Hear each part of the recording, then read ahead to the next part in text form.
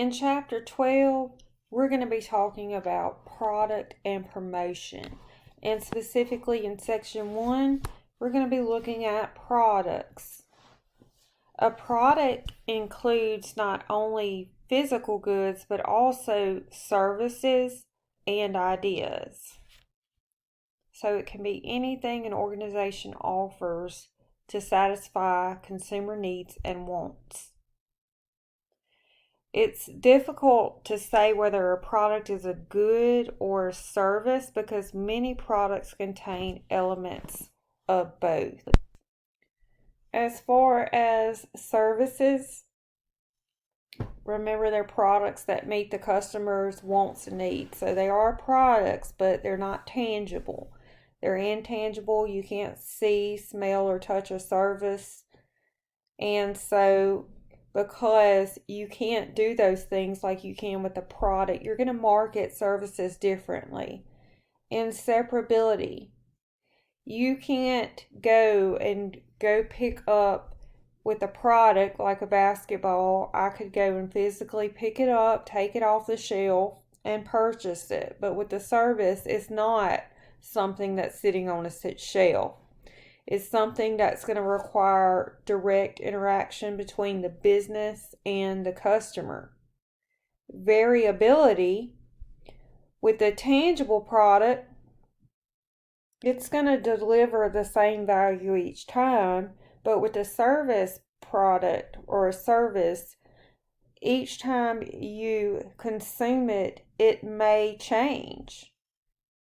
Think about a haircut or going to a nail salon or having landscaping services done at your home or your business, a landscaping service. It could be different each time. So there is variability. Now with perishability, marketers cannot store services for delivery at peak periods. And I wanted to read this in the book because I thought this was a good example. A restaurant only has so many seats. They can't reasonably tell their 8 p.m. dinner customers to come back the next day at 5 p.m. Exhibit 12.1 shows a spectrum for pure goods all the way to, on the other end of the spectrum, pure services. And pure goods are going to be products that don't include any services. For example, a bottle of ketchup or a package of socks. For pure services, this is products that do not include any goods. An example would be financial consulting or piano lessons. So this spectrum provides a valuable tool to analyze the relationship between pure goods and pure services. And people often can't hear, taste, smell, or touch a service, and one can virtually never own the service. And a lot of times you simply can't separate the buyer and a service from the person who renders a service. Remember, when we purchase products, we're buying all the attributes of the product. So let's break these attributes down into 3 layers, just as if we were peeling an onion. First, we have the core benefit, and this is the basic benefit of the product that satisfies our needs. And the example I gave you in the lecture notes is we purchase an automobile to meet the basic need of transportation. Then we have the actual product. This is the physical good or service that provides the core benefits. So in the example that I just used, the automobile would be the actual product. Then there's the augmented product. This is the additional goods and services included with the product to sharpen the competitive edge. For example, the manufacturer's warranty on the car, the tail fin, the alloy wheels that enhance the look of the product. And most products provide secondary benefits that are going to help distinguish them from other goods and services that meet the same customer needs. Identifying the actual product is sometimes tough if the product is a service.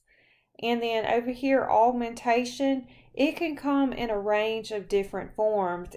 For example, I gave you the different forms, like for the automobile, it could be the warranty, or it could be the tail fin or something about it that you liked. Products are going to fall into one of two groups. They're either going to be consumer products or business products. If you remember, consumer products are purchased for personal use and consumption, and business products are going to be used either directly or indirectly in the making of another product. For example, a bag of chips would be a consumer product, and a grinder would be a business product if it is used to make wood furniture. Remember, some products can be both because we classify products by their intended use. So we have the first one, we have consumer products, remember, personal use or consumption. And then convenience products is the first type of consumer product, and these are going to be inexpensive goods and services that consumers can buy frequently with little consideration or thought, like bread, toothpaste, candy. Then you have shopping products. Next, you have shopping products, and these are going to be more expensive products that you buy less frequently or that consumers buy. When I say you, I'm assuming that you are the consumer. And you're usually going to spend a little more time when you purchase a shopping product. You may do some shopping to compare prices and get the best value. You're going to be more selective than you would be with convenience products. So some examples would be a washer, dryer, computer.